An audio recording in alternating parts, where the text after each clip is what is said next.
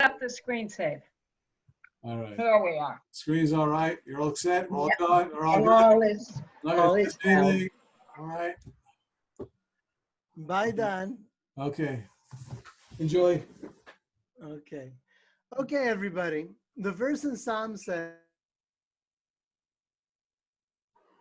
for you reward each man according to his deeds. Well, what does according to his deeds mean? There's two kinds of deeds. There's when you do what you're required to do, when you fulfill an obligation. And there's when you do something good that you're not even obligated to do. Which one is better? Fulfilling the obligation. Fulfilling the obligation. You knew that answer already, because if you didn't already know it, you would have guessed the opposite, right? Mm-hmm. Right. Okay. Most people think that if I'm told to do something and I do it, that's nice, but it's even better if I do it on my own. Now, when it comes to women in halakha, women are not obligated to study Torah, which would mean that if a woman Not obligated or patur?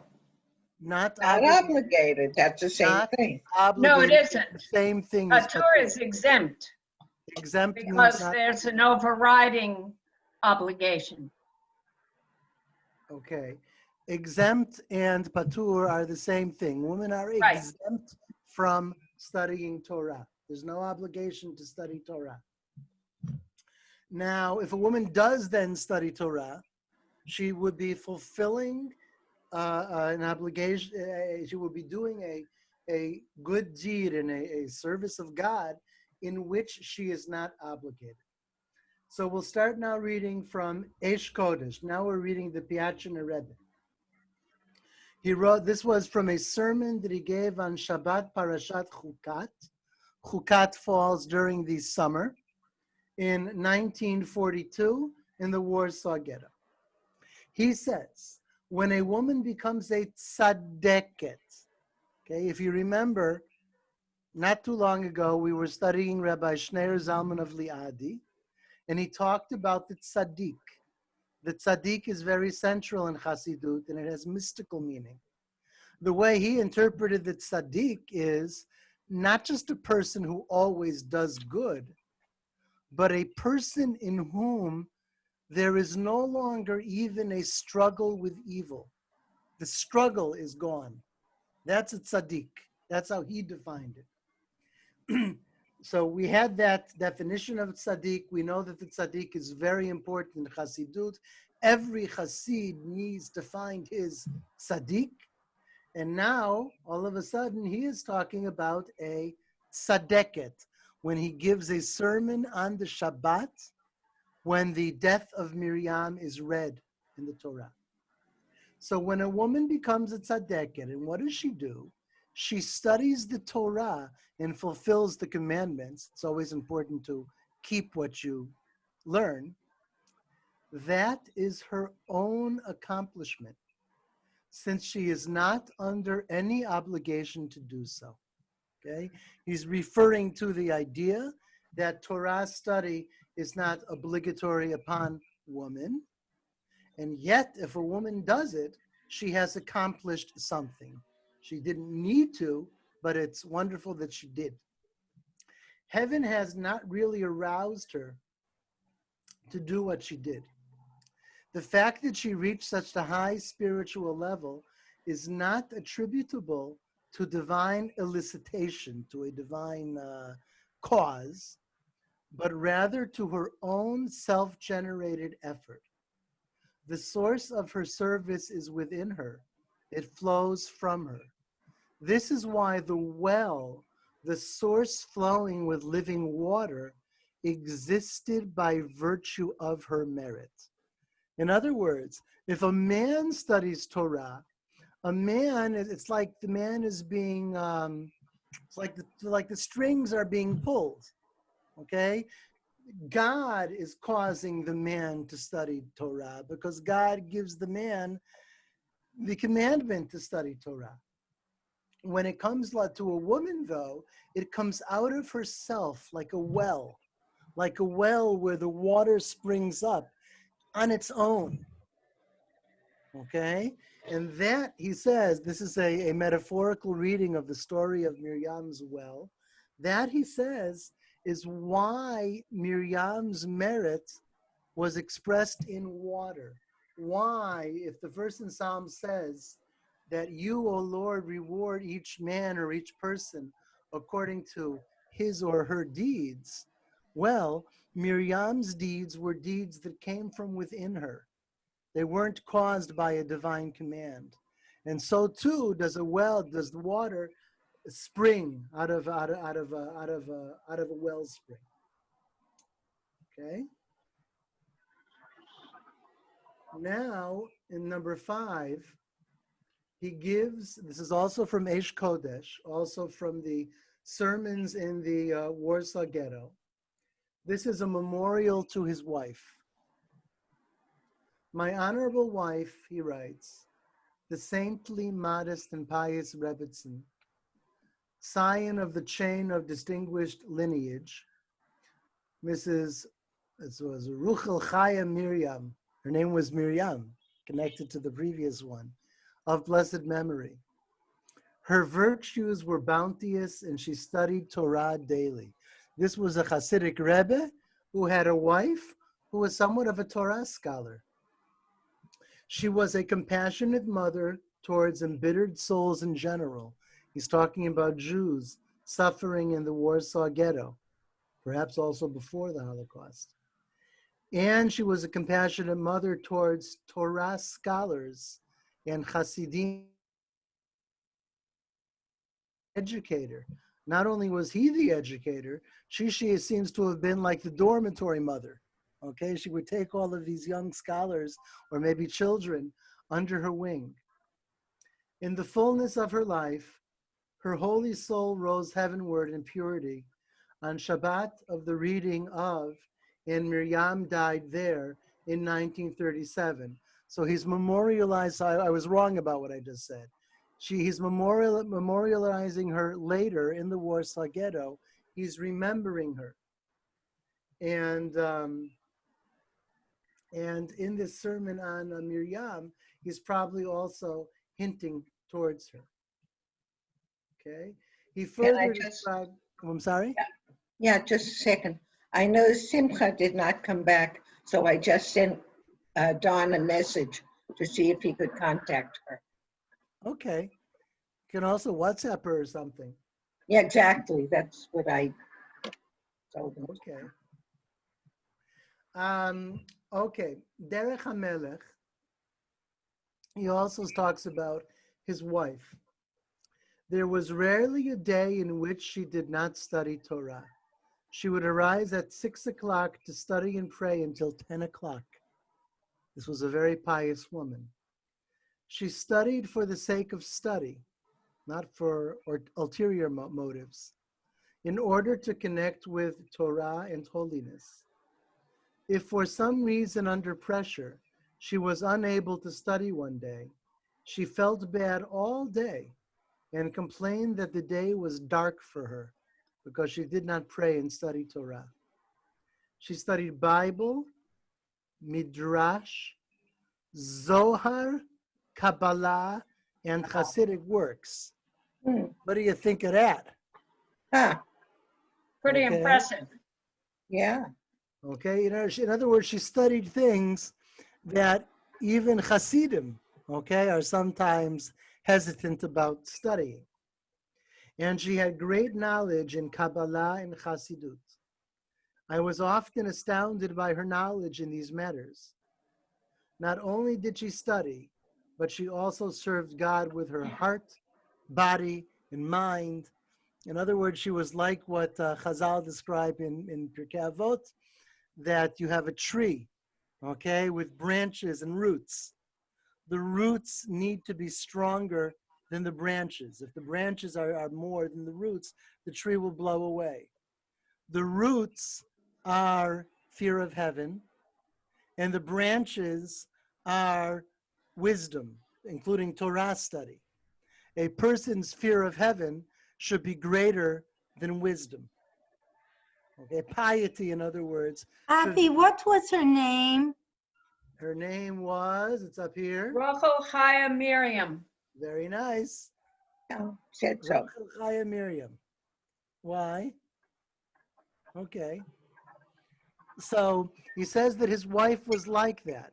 That not only did she study, but she served God with her heart, body, and mind, meaning the roots were as impressive as the branches of her wisdom. Avi, Yes. that this implies that they didn't have any children, I honestly don't remember. because how could she study all day if she had a family? Well, that's not always true when your children are older. She Yeah. studied from 6 a.m. to 10 a.m. Yeah, you can't do 8 that if there's little a.m.? kids running around. All right. I assume a.m. Yeah, She arose early at 6 to study and pray until 10. 10. Mhm, Okay. mhm. I mean, I've told you my opinion about this in the past, okay? That traditional halakha is that a woman is not obligated to pray at fixed times, but a man is, like shacharit, okay? There's mhm. certain hours for shacharit. A woman is not Exactly. obligated to pray in those hours, and a man is obligated to pray in those hours. So on They this, had two on children. this, what? They had 2 children. Okay, you Wikipedia'd it or something, or Googled it. Yeah. Okay, they had 2 children, but the children were probably grown by the time she did this. But Or maybe they had a nanny. or maybe they had a nanny. I don't think so. Maybe he had help. I doubt that. I doubt that. I don't know. So here I have a difference of opinion with the conservative movement. The conservative movement says, okay, why is a woman not obligated historically to pray at fixed times? Because she has these obligations to the family and the home, and if you've got kids running around, right, you can't demand her to pray at certain times. It's very likely that if she's nursing or taking care of children, that she won't be able to. Right. Now That's times why have she's changed. patur. Now times have changed, right?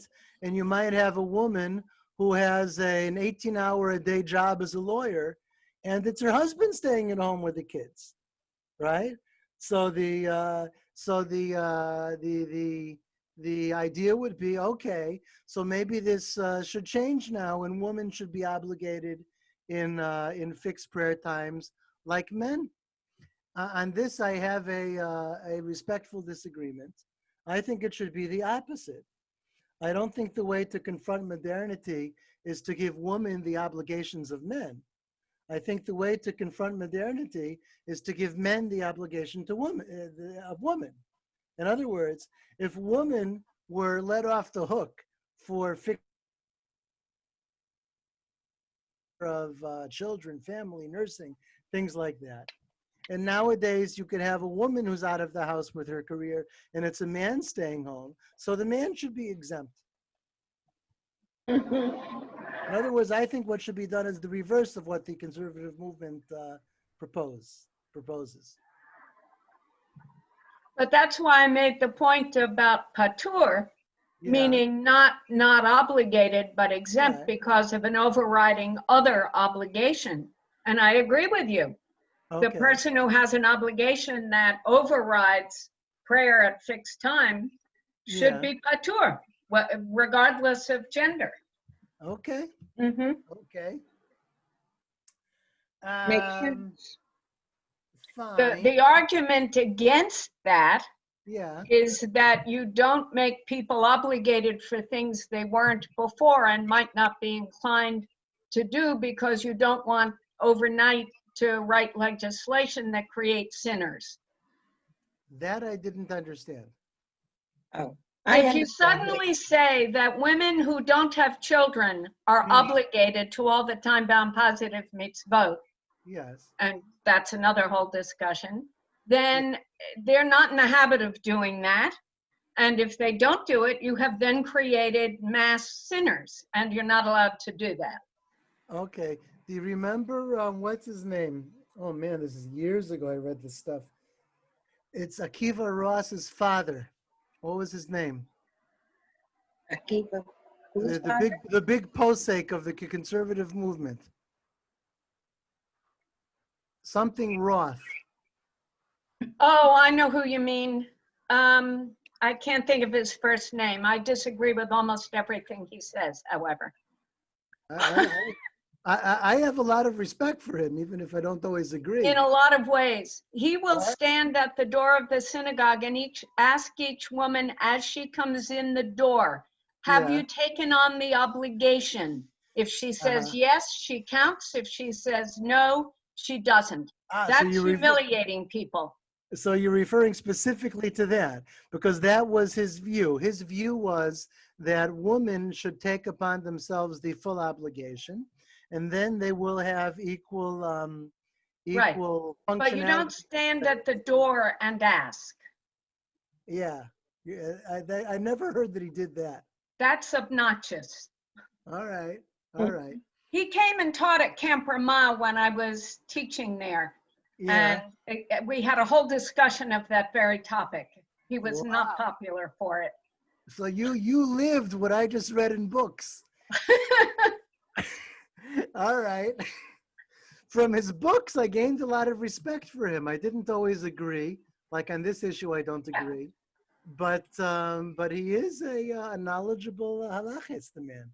Oh, absolutely. No question. I don't know why I can't think of his first name. Okay. All right. So here to go back to the topic, he was in awe of his wife for her pious Torah study.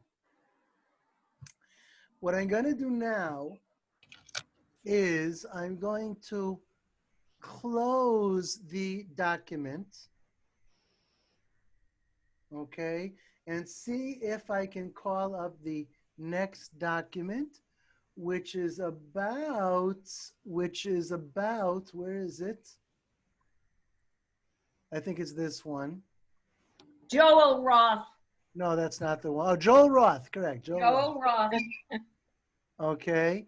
Here it is, Faith on the Edge. We'll get to our second topic. Hola, amigos.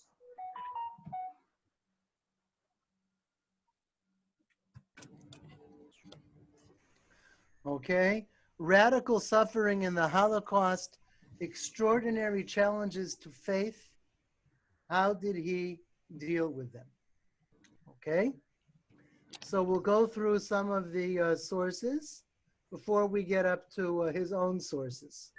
Okay. There's 3 sources here that are parallel. Okay. Speak to the priests, the sons of Aaron, and tell them not to become defiled by the dead. The priest is this is about where after Aaron's sons suddenly die by fire, right? When they offer a foreign fire in the tabernacle, Aaron was silent. And then there was a command not to drink and not to be defiled. Speak to the sons of Aaron and tell them not to become defiled by the dead. The priest is the servant of God who understands that nothing in the world is by chance, but all is through divine providence. He also knows that it is God's will to be good to his creations. This type of person can come to doubt when he witnesses God's judgment. For one who believes that everything is coincidental will not come to doubt when he sees something bad happen, for he will say that it is a coincidence. For one who knows that all is by the hand of heaven may come to doubt. He raises the fundamental issue. If you think that God's hand is not in the world, then you are not philosophically bothered by tragedy or by cruelty. Okay, I don't want to use the awful English phrase, but things happen, okay? And awful things happen. But if you believe that God is good and God wants to be good to God's creations, then it's a real challenge when you see awful things in the world. Then those adventures, the most difficult was Rachel's death when she died giving birth.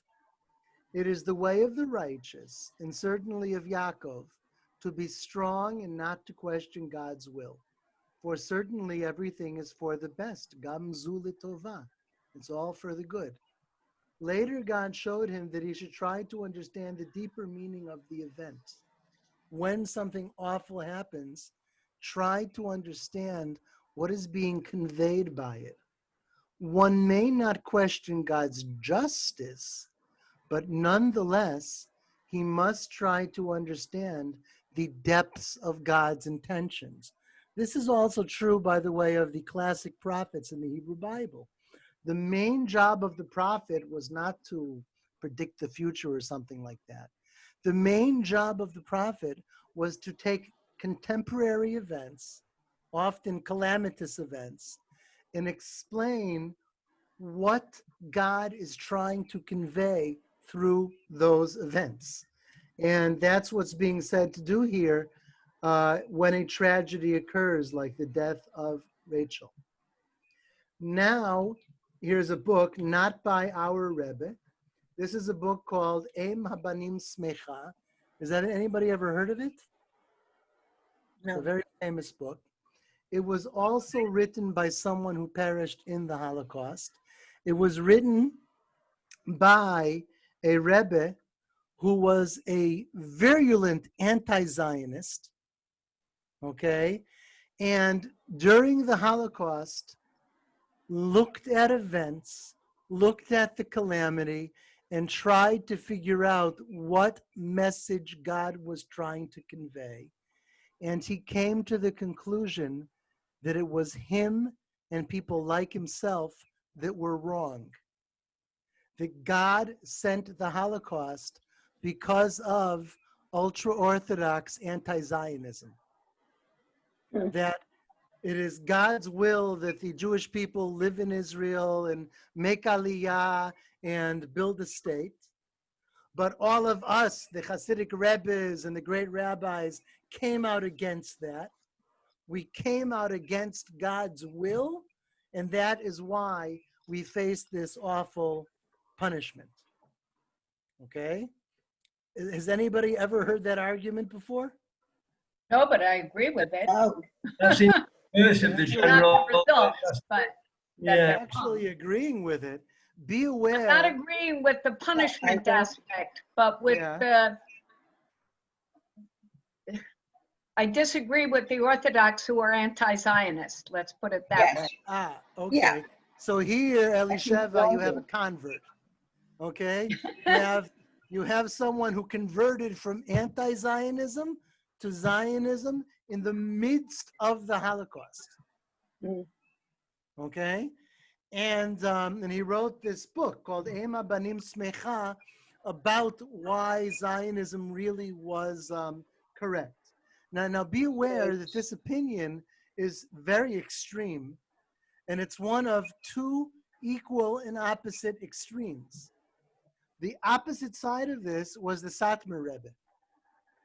Okay, the Satmar Rebbe claimed that the Holocaust was a punishment for Zionism.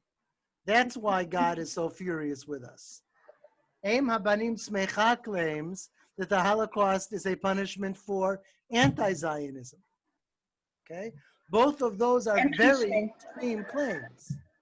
Interesting that the name of the book is A Mother and Her Children Are Right. Happy. The It's mother, part of one of the verses you mother say of in the children morning. rejoice. Yeah, right, right. Em Habanim Smecha Hallelujah. It's from Hallel. Yes. Mhm. Okay, Yes. and it's talking about Jerusalem. Okay, Mhm. who will rejoice when her exiles return. Mm-hmm. That's the reason for the title. Now we'll get to Eish Kodesh. Remember that we have sources saying that you shouldn't question God's justice, but you should try to understand what God means to convey by the calamity. Then we have a source written during the Holocaust, which says that God brought the calamity because of the sin of anti-Zionism. Okay? Now what does he say? also in the midst of the Holocaust, in a sermon that was given during Hanukkah in 1941, and then a note that was added to that sermon nearly a year later. Those who say that suffering such as this has never befallen the Jewish people are mistaken. We hear this a lot, and there's good reason for it. We hear so much to this very day that the Holocaust was absolutely unique. It was a catastrophe and an act of genocide unlike any other. All of us have heard that. Many of us agree with it. And the point here is not whether you agree with it or not, but to show that he did not agree. He is sitting in the Warsaw Ghetto, and he says that those who say that suffering such as this has never befallen the Jewish people are mistaken. There was torture comparable to ours at the destruction of the temple in 70 CE, the destruction of Jerusalem, 35 CE, which was a mass destruction and genocide of the Jewish population of Judea. Hundreds of thousands were killed in the Bar Kokhba revolt.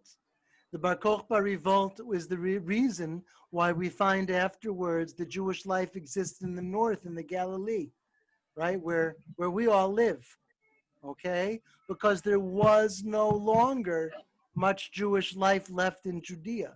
Jewish life in Judea was wiped out. He is aware of this historically, okay? And that's what he said in his sermon in Hanukkah of 1941. Nearly a year later, he added the following notes. Only such torment as was endured until the middle of 1942 has ever transpired previously in history. The bizarre tortures and the freakish, brutal murders that have been invented for us by the depraved, perverted murderers solely for the suffering of Israel since the middle of 1942 are unprecedented and unparalleled. May God have mercy on us. Mm. That he added in a note. Yeah. I have one comment that Yes. I have always said that the destruction of the first temple was to the Jewish, the Hebrew people. I guess they were Jewish at that time. Judeans, As- okay. Yeah, it was as horrible for them as the Holocaust is for us, because that was God's temple. That was where God lived. And how can this happen? It was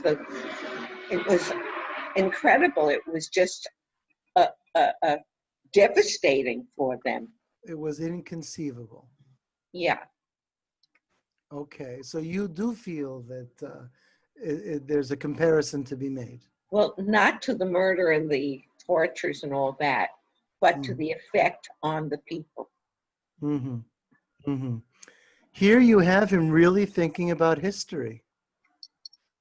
And he also notices the change that, that there was an intensification of the cruelty that he thought really had no parallel before that in history. Now here's a sermon from the summer, Chukat again, of 1492. The previous sermon about 1942. Yeah. what did I say? I said 1492. I said 1492. That's also a date that has some. Yes. Okay, that was a Freudian slip. Okay. The truth is, he writes, it is a marvel how the world exists after so much screaming. What a powerful statement. When the 10 rabbis martyred by the Romans were suffering, the ministering angels cried out, "Is this Torah and is this its reward?" A voice from heaven responded, "If I hear one more cry, I will turn the whole world back to water." Yet now, immaculate children, purest angels, together with the greatest holy Jews, are murdered and butchered just because they are Jews, filling the whole vast emptiness of the universe with their screaming. And the world does not turn back into water. It remains standing, steadfast, as though God is untouched by events. God forbid, he asks.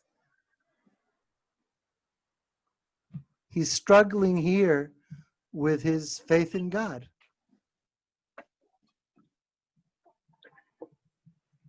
Is God untouched by such events? How can that possibly be? Okay. With the 10 rabbis, the world will be turned back to water. The Midrash is apparently thinking of a watery world, a chaos that was made into an ordered world. And for 10 such martyred rabbis to be tortured in that way, it's a chaos that should bring the world back to its primordial state. But here during the Holocaust, the cruelty is endlessly worse, and the world just goes on. Is God untouched by events? God forbid. Eish Kodesh in February 1942. This is Parashat Zachor. Parashat Zachor is the Shabbat about Amalek. When the troubles carry on for a long time, even someone who at first was able to brace himself and encourage others, he probably sees that as his job as a Hasidic Rebbe, also loses strength, becoming wary of comforting himself and others. He cannot find the words. He has used and repeated them so often that anything he has had to say is by now old and stale. It no longer has any effect on either the speaker or his audience. I think he's not just talking about the reality, he's also no longer effective after so much suffering as a Hasidic Rebbe. It's my job to comfort these people, and I can't. Eish Kodesh from the 7th day of Pesach in 1941. The suffering that God punishes us with is also Torah. And if a person can learn something from his suffering, then God can be his Torah teacher for that period of time that God is teaching through events. There occurs a revelation. All the judgments are sweetened if you can learn something from it. What can be learned from pain? To begin with, we can learn faith in God. That's in 1941. In 1942, in the past, when facing the challenge to conquer ourselves, we had to overcome our desires and evil inclination. Now, however, we have another additional challenge to conquer our despair and bolster our broken spirit, to take strength in God. Doing so is very, very difficult because the agony is unbearable. We must at least be able to withstand this test and find strength in God. March 1942, this is Parashat Parah, around the time of Purim.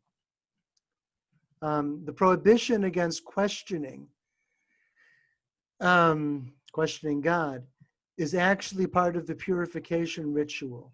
Just as the mikveh purges defilement, so too does the Holy One purify Israel. A mikveh can purify someone only if he immerses his whole body in it. That is why we must abandon our selfhood and throw ourselves completely into God's dominion. Anyone imagining that they have automatic existence and independent consciousness is already, God forbid, without God. We must completely abandon ourselves, affirming that we are null, we are nothing, that our consciousness is null, and that the Holy One, blessed be He, alone exists. His sanctity and His will alone are all and everything. What God commands in the Torah and how He governs the world is good, despite it all. What you have here is the classic Hasidic, and it's based on Kabbalah, the classic Hasidic idea of bitul hayesh, of nullifying one's self-existence, of considering oneself nothing, okay? And he finds that that Hasidic mystical tool is perhaps the only tool that can work in a situation like this. Because if you are something, then there's no way to deal with it in such an awful situation. Another classic way to deal with suffering is to say that we are not alone, that God suffers with us. We already find this in the Midrash and Talmud. What will He do with this in the Holocaust? We are not alone in our suffering. God, blessed be He, bears it with us, as it were, as it is written. I am with Him in distress. There is suffering we endure individually for our sins, or pangs of love. Pangs of love, the Hebrew phrase is Yisurin shel Ahava, is a rabbinic idea that sometimes suffering is not a punishment, but rather God sends suffering out of love. In all of this, God merely suffers with us. But then there is suffering in which we merely suffer with Him, so to speak. Suffering for the sanctification of God's name. The chief suffering is really for God's sake, and because of Him we are ennobled and exalted by this sort of pain. Perhaps what he's saying is that the idea that God suffers with us is not enough here, because it's too much. And the only way left to understand this suffering is that we are suffering for God's sake, that our suffering is a sanctification of the name of God. No sooner would the world listen to the sound of God's crying, as it were, than it would hear and explode. So He said to the angel, I will go somewhere you have no permission to enter, and I will cry there. Now the pain is so great, the world cannot contain it. It is so far beyond the world. God's pain and God's suffering have increased so greatly, they are beyond even the angel's ability to perceive it. Even he cannot see God's pain. This goes back to the mystical Hasidic idea that when you pray, you're not praying for yourself. When you suffer, you shouldn't focus on your own suffering. If there's pain in the world, it's because, remember, God is in pain. If you feel pain, you shouldn't be praying for yourself, but for God's pain to be healed. And he uses that idea in the Warsaw Ghetto. Finally, the concept of birth pangs of the Messiah. It can be explained simplistically as a way of cleansing sin before the great revelation that constitutes the coming of the Messiah. The question that asks itself, however, is why must the generation of people greeting the Messiah have to suffer for the sins of previous generations? In other words, all generations sin. And then this culminates in the generation of the Messiah. They suffer for all of those generations. Why does it have to culminate with them? After humankind's first sin, God said to Eve, in despair you will give birth to children. This was not just retribution, a punishment for sin. It is therefore impossible for anything new to be born without something dying. Because for something to give birth to a new revelation of God, drawing new light down into this world, it must go through a process of nullification. He uses the woman giving birth because it includes suffering, But the birth pangs are suffering necessary to giving birth to new life. So too are the suffering pangs of the coming of the Messiah necessary to give birth to something new. And there's going to be a new revelation of God in the Messianic era.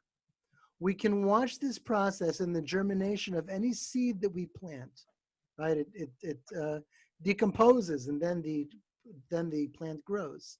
Before the new tree can be revealed, the seed itself must cease to be, a kind of death. This is what is meant by the phrase, "In despair will you give birth to children," the curse of Eve. A woman experiences a painful process in which she relinquishes some of her physical powers before she can give birth to a new creation. As we learn in the Midrash, while squatting upon the birthing stool, 99 of her groans despair unto death, while only one calls out for life. I don't know, that's a kind of psychological statement about a woman as she gives birth. Is it true? Through the nullification of the existence of parts of herself, she prepares for God, blessed be He, to bring forth a new creation.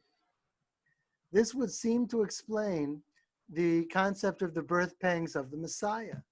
The redemption will be the revelation of God, when God reveals of His light and holiness through the Jewish people. This is why the redemption and its timing are dependent upon the Jewish people. For the Jewish people to merit that such light be revealed through them, there has to be a nullification of power, suffering.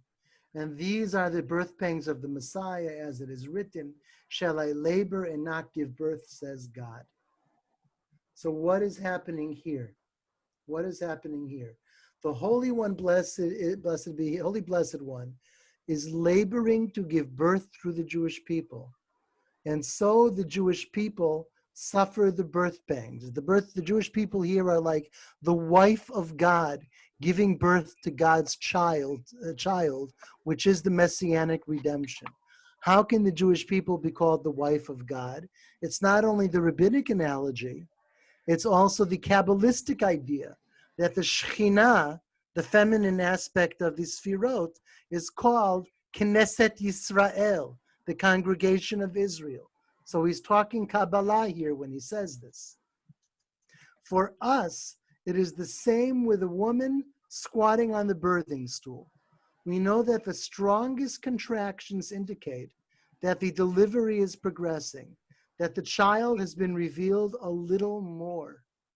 So also, when seeing a Jew suffering greatly with the birth pangs of the Messiah, we know that a greater part of the light of the Messiah is being revealed through that person. So to sum it all up, what are his directions? Or what direction does he go? Or in what way does he attempt to address the suffering that he is in the middle of? The last one we saw here is that the suffering is the birth pangs of the Messiah. It's awful and it's hard, but it is going to give birth to a redemption. Before that, we had God crying, okay? And God is crying more now than ever before. Even the angels can't comprehend it. And when God is crying, that's what's reflected in our suffering. We also had that you have to nullify yourself. When you suffer because you exist. But if you nullify yourself and there is only God, right, then the suffering is less of a challenge to faith. Okay? We used to have to conquer the evil inclination. Now we have to conquer our despair and our broken spirits. Okay? what can we be learned from pain? We can learn faith in God. So we have comfort and faith in God. But if we look here, the comforting no longer has any effect. He's not really contradicting himself. Each moment he's just putting in pen on paper what he's feeling. And sometimes he feels we have to comfort, and sometimes he feels we can't possibly comfort. And finally, he questions. Sometimes he says we need faith in God, but sometimes he questions, can there possibly be faith anymore? Okay, with this amount of screaming, how can the world not be turned back to water? And it seems as if God is untouched by the events. We have all of these different responses to the suffering that he sees in himself and in the Jews around him. And he also, is this like any suffering that was before? First he says it is, and then he says it isn't. It's incomparable to anything that has ever come before. Finally, if we compare it to the other sources that we began with, okay, we have the idea that everything is for the best and you should try to understand the meaning. And he's basically given up on those traditional approaches. And the most shocking, I think, is this one. The one that Elisheva liked, that the Holocaust is, or at least had some positive reaction to. The idea that the Holocaust is a punishment for anti-Zionism.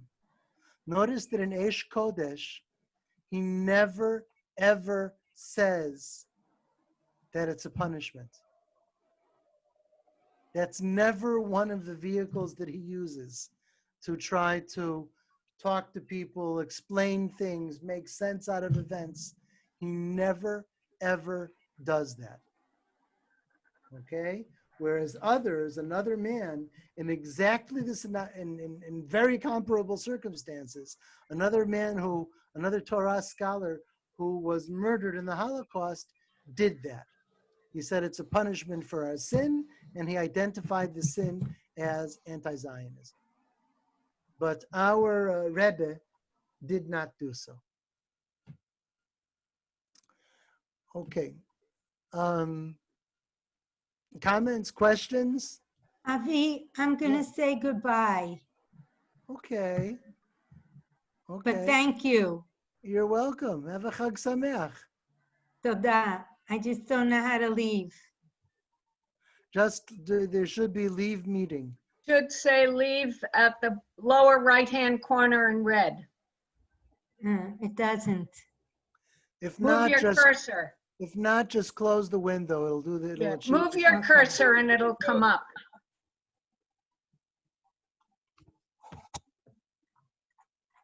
Okay, I'll just close it. Chag Sameach. Chag Sameach. Chag Sameach, Shabbat Shalom. Shabbat Shalom. I would like Do you have any reactions to these texts? yes. I think he's like all people who trying to think of some reason or the unfathomable. To some it's because of Zionism. For others, it's because of anti-Zionism. It really comes down to, I suppose, people, the Nazis having free will. They're not subject to God's ordinances. They're looking for answers, and there are no answers. I can't see any other any reason, because you can give all sorts of reasons, or it was because of this or because of that. But in essence, there are no reasons, and it happened. And if it weren't for Israel, it would happen again. Okay, Brian, the Piaseczno Rebbe agrees with you. He tries to express ways to deal with it while it's happening, but he never says it's because of this or because of that. And that's opposed to Ema Banim Smecha or the Satmar Rebbe who do that. I think the most powerful expression ever given to what you just said, Brian, is a book by Eliezer Berkovitz called Faith After the Holocaust. I have the book, by the way, as a PDF, and if anyone's interested in it, I can share it with you. Eliezer Berkovitz makes the same argument as you did.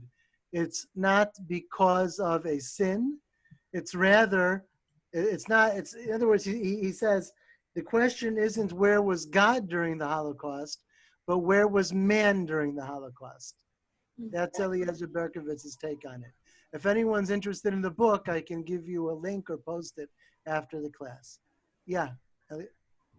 I think what strikes me most of just, it's the one time I wasn't taking notes because I found his willingness to be open about the rawness of his feelings, like nothing I have ever read before.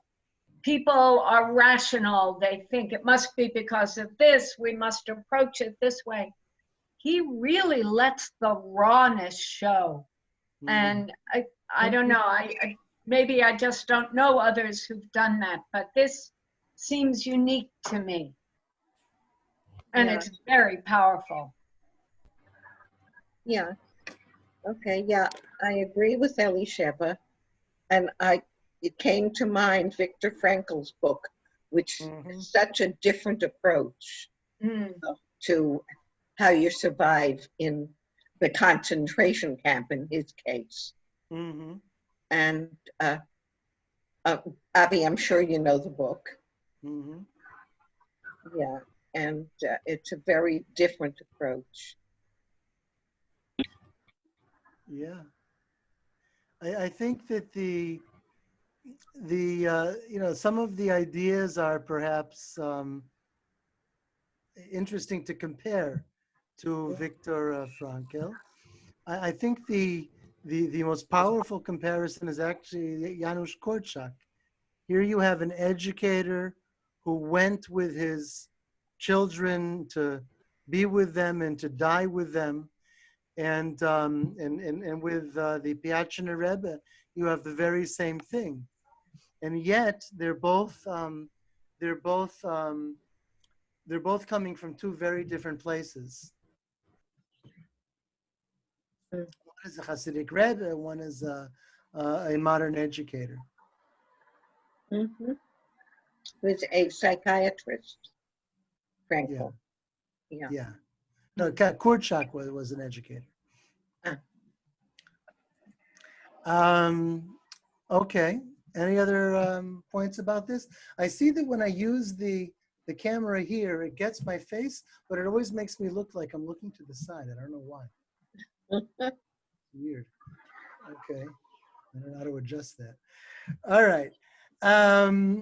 What I'll do now is I will close this text and we'll go to our final text. The final text, if I can find, we got to get faith on the edge. And we should have freedom of thought. Here it is. Okay, this text requires some background. The background is familiar to some of you. I think you're all aware, after all the time that we've studied together, that the Rambam did a good brainwashing job to the Jewish people. And you can ask any Israeli who studied Tanakh in second grade, and then you'll ask them about the hand of God, and the response will be, God doesn't really have a hand, it's just a metaphor. Right? Yes. Okay, so that second grade teacher in a secular Israeli primary school doesn't realize that she's been brainwashed by the Rambam. Okay? In the Bible and in rabbinic works, you have plenty of evidence that God has either some sort of a physical presence or some sort of a body. But that body is not seen, okay? In the Bible, the reason seems to be, for the most part, that to see it is too dangerous. You can see God, but if you see God, you will die. Kilo yirani adam vachai. No man will see me and live. Okay? And it's this medieval rationalism that comes along and says that God has no body. Also be aware that the declaration that God has no body doesn't just mean that God has no body. It also means that God has no personality, that God has no human feelings. Okay? That God is not in any way like a person, and that a relationship with God cannot be like a relationship with a person. That you cannot talk to God like you talk to a person.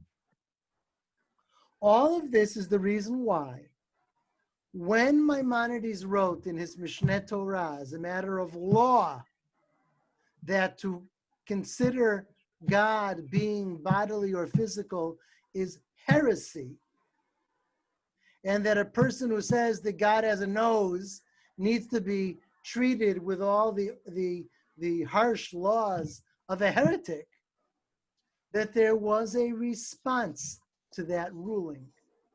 And the Ravad, who was a mystic, he was part of the earliest development of the Kabbalah, and he was the Rambam's harshest critic of the Mishneh Torah of the Rambam. He writes right on that point. He says, okay, he says the following. I'm going to give you there's two texts of this. I'm going to give you the text that does not appear on the screen here. He says, Gidolim v'tovim mimenu, that greater and better men than Maimonides have thought that God has a body. That's his note to Maimonides on the halacha, where Maimonides says that it's heresy to say that God has a body. He responds, the greater and better men than Maimonides have thought that God has a body. There's another version of that objection in the text that we're about to see here. And then we'll see how the Piaseczno Rebbe, 800 years almost after Maimonides, how he deals with the freedom of thought. Are you allowed to think or imagine that God has a body? He was aware of this whole discussion. So in the laws of repentance, Maimonides writes, there are 5 who are called heretics, minim in Hebrew. The one who says that there is one master, but that he has a body and a physical form. If you think that there's many gods, that there's no gods, or if you think that there's one God, but that God has a physical form, that's a heretic. Responded the Ravad, and here you see the more moderate version of the text, not the one I told you before. Why does he call him a heretic? Oh, no, he does. Wait a minute. Yes, this is actually the radical version. My mistake. There were many who were greater and better than him. It should be, that really is the translation, than him, who followed this path due to that confuse the mind. Midrashim can be very confusing. But the bottom line is, if you read the Bible, you can honestly get the impression that God has a body, excuse me. And therefore, there's many people that have come to that conclusion. The later commentaries, beginning with the Kesef Mishneh, question the Ravad on several points. How could great people think that God has a body? It's so obvious that God doesn't have a body. So how could great men think that God has a body? And how could these people be greater than him, the Rambam? Or is it the proper reading, in fact, greater than us? Maybe that's the reading. It's not. Most of the commentaries tried to soften the dispute and argue that the Ravad disagreed only on the question of who technically could be called a heretic. but that there was no theological debate. Meaning everybody, all the great people agree that God has no body, but some of them want to have mercy on simple Jews who think that God does have a body. He doesn't agree. There really was a theological debate about this, a serious debate about this. Okay? We have a comparison here to Rav Kook. Rav Kook died before the Holocaust. Okay? Rav Kook wrote, "We are closer to the position of the Ravad, and we agree that as long as the one who views God physically does not actually create a statue or picture, he has not actualized his thought, and the thought remains within the spiritual place and cannot be considered as uprooting and leaving the religion." Okay? In other words, Rav Kook tried to be lenient. Rav Kook is living in a time when millions of Jews no longer accept principles of faith. And so he wants to say that a Jew who intellectually rejects a principle of faith, but doesn't act on it, is still a good Jew. Okay? Now, what will Rav Kalonymus Kalman Shapira, the Piaseczno Rebbe, say about this? Okay? He was responding to the question of a yeshiva student who has difficulty praying to a completely abstract and transcendental God, and he gives startling advice about what to do. The student's problem is, I cannot pray to a God from my heart when I can't see that God. You know, you can talk to a person better from your heart if you can see the person. When I'm looking at you now in your pictures, it's easier to talk to you from the heart than if I was just listening to somebody on a telephone without seeing. So this person wants to pray, but this person can pray from the heart if he visualizes God. Should you? Doesn't the Rambam say that to visualize God is heresy? So he says the following. Rely on the Ravad who responded to the Rambam in Laws of Repentance. Not that the Ravad meant to say that a person would actually think that there is a picture, meaning a body above, but one should know that God has no picture, but that he who is a physical person imagines that God has a picture, in order that his imagination will be able to grasp on, develop, and expand. You as well, in a difficult situation, imagine that you are standing before God's throne, praying and requesting like a child before his father. Father, have mercy on me. He very often uses this image of the father, and he says that the child cries to his father, standing before the father. It's the father's presence that makes the child feel so emotional, because the child loves the father so much and therefore feels different in the father's presence. Okay? So here he's giving advice. Okay? He's saying, all right, you know, if imagining a physical God helps you in prayer, then go ahead and do it. Okay? Yeah, it's sort of like the kind of thinking that brought forth the golden calf. Again, you're saying that this is like the golden calf. That if you have a physical image. Yes, exactly. Excellent. You know what, Marion? I think he's thinking of the golden calf. That's why he says that it's fine to imagine it that, oh, that's what Rav Kook. I'm confused with Rav Kook. Rav Kook says that it's okay as long as you don't act on it. If you imagine it, if you think it, that's one thing. But to actually make a physical representation, that's another thing. Else. Yeah. Okay? Okay. Yeah. Okay. Okay. Fine. He compares this here. First of all, he agrees with the Ravad as opposed to Maimonides. right? That it's not heresy, but he leaves it in the realm of imagination. Okay, Rav Soloveitchik, just for comparison, okay, he talks about this.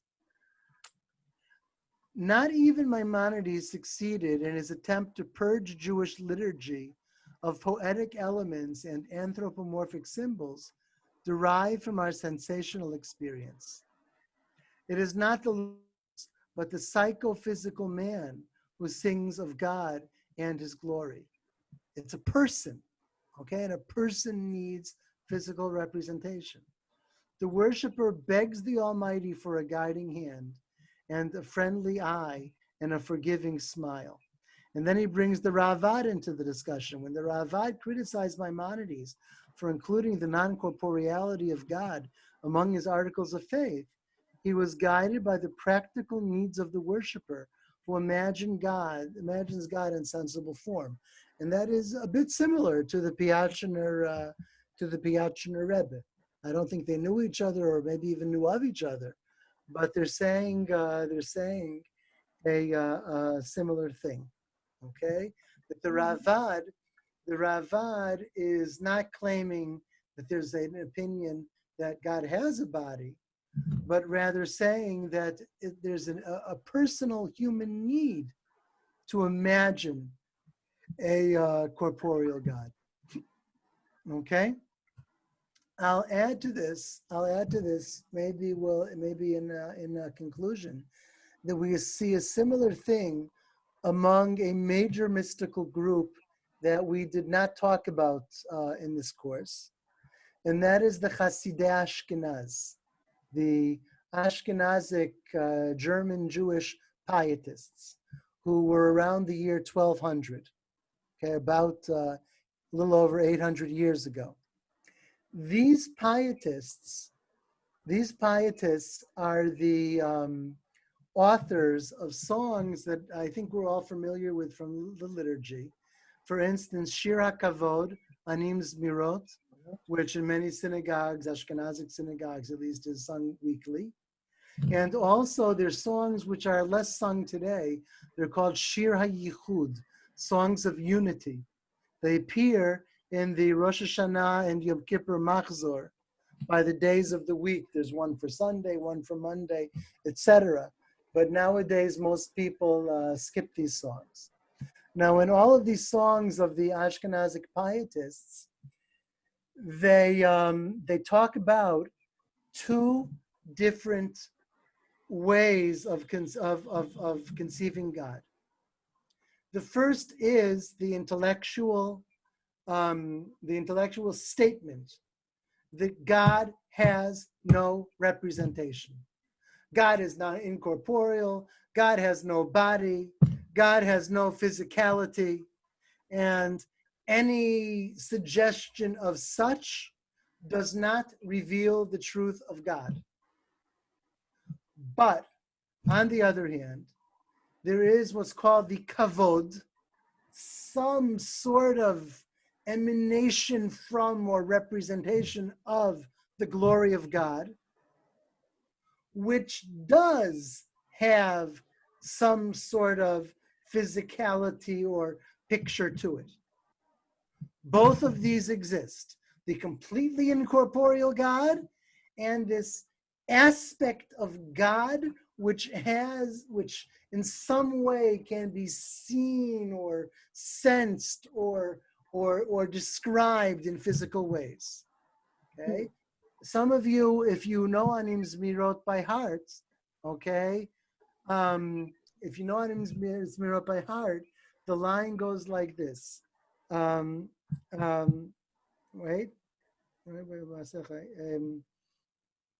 Wait, you know what? I'm gonna actually open the text instead of trying to guess it. Hold on. I'm gonna open it in a Siddur because it just occurred to me now that this fits. I hear someone singing Anim Zmirot. Give me a second to find the to find the text. Here it is. Here it is. Here's the line. Here's the line. Him shilucha birov chezyonot. They have spoken of you in parables and many visions. Hinecha echad b'chol dimyonot. But you are only one, despite the fact that they describe you in many different ways. And the verse before that is also very appropriate to this.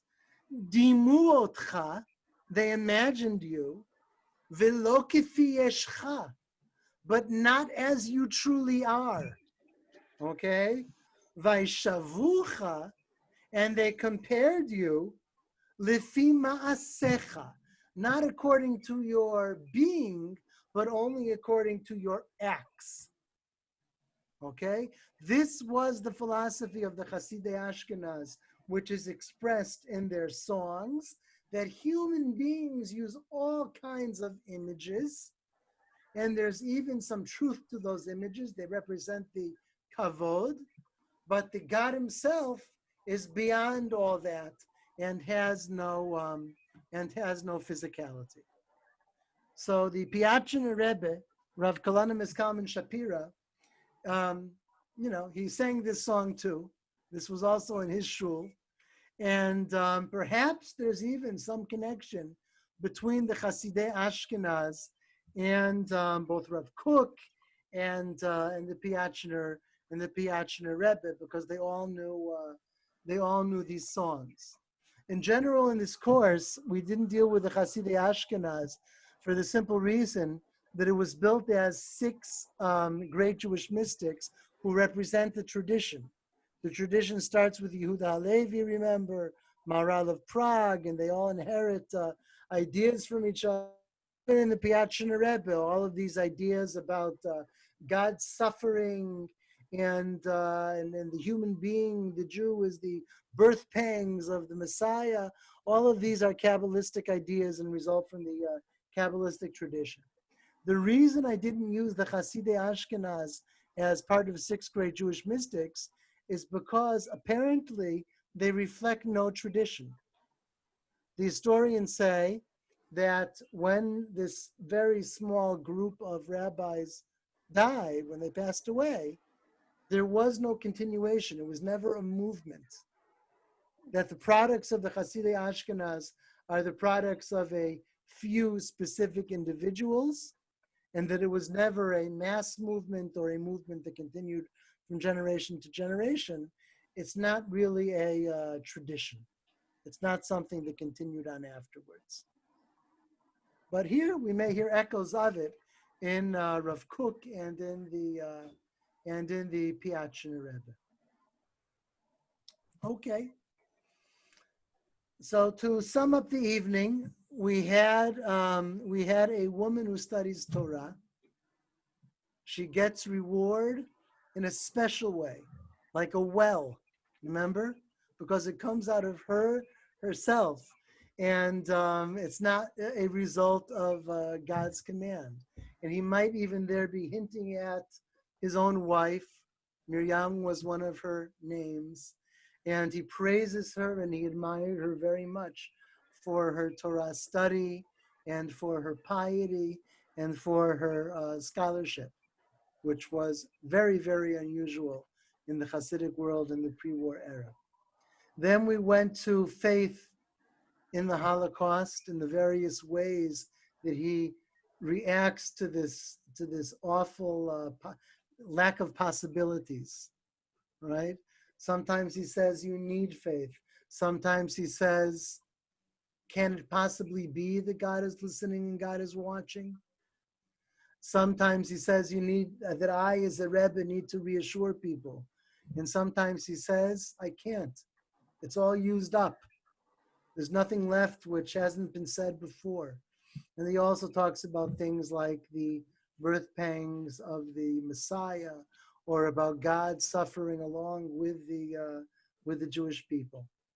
And finally, he has elements of a real freethinker, or a person who who wanted to encourage freedom of thought. And it comes out in his educational approach to prayer, that when you pray, not only can you, but perhaps you need to visualize God. And a similar thing occurs in Rav Kook. And even Rav Soloveitchik points out that many physical aspects of God are left in the liturgy. Maimonides didn't succeed in expunging all of it from the liturgy. And this appears probably in its most elemental form and precise form in the songs of the Hasidei Ashkenaz. So we'll finish here with Rav Kalonymus Kalman Shapira. And I'm very excited that many of you, I'll actually get to see you face to face next week. Yeah. Okay, and that's what the Piaseczno Rebbe says, that when it comes from the heart, the physical presence makes a difference. Okay, a child loves his father, and when he's in his father's presence, all of a sudden, right, it all comes out. So hopefully we'll have a little bit of that next week. Some of us will still be on Zoom. Okay, and those who don't want to endanger themselves, or who are too far away, so we'll have the technological means for that. Don promised. Thank you. Chag Sameach. Okay. Okay, so Chag Sameach and Shabbat Shalom to everyone. Chag Sameach, Shabbat Shalom.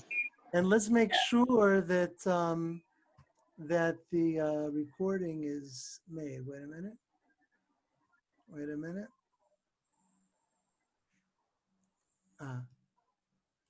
No. How do I have to stop share. That's what I need to do. I stop share. Yes, My you record did. wasn't on. I hope somebody else. Somebody's recording. Who's recording? Don started it. Yeah, Okay. has to be done. All right. I hope that that he gets the recording when it's over then. Okay. So bye everyone.